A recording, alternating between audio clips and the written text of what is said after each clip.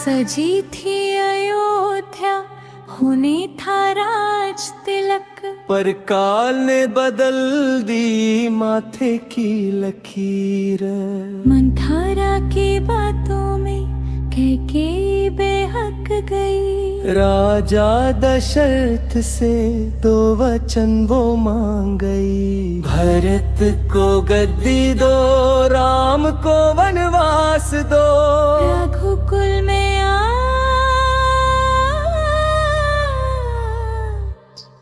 अंधेर छा गया। पिता का वचन बेटा निभा गया।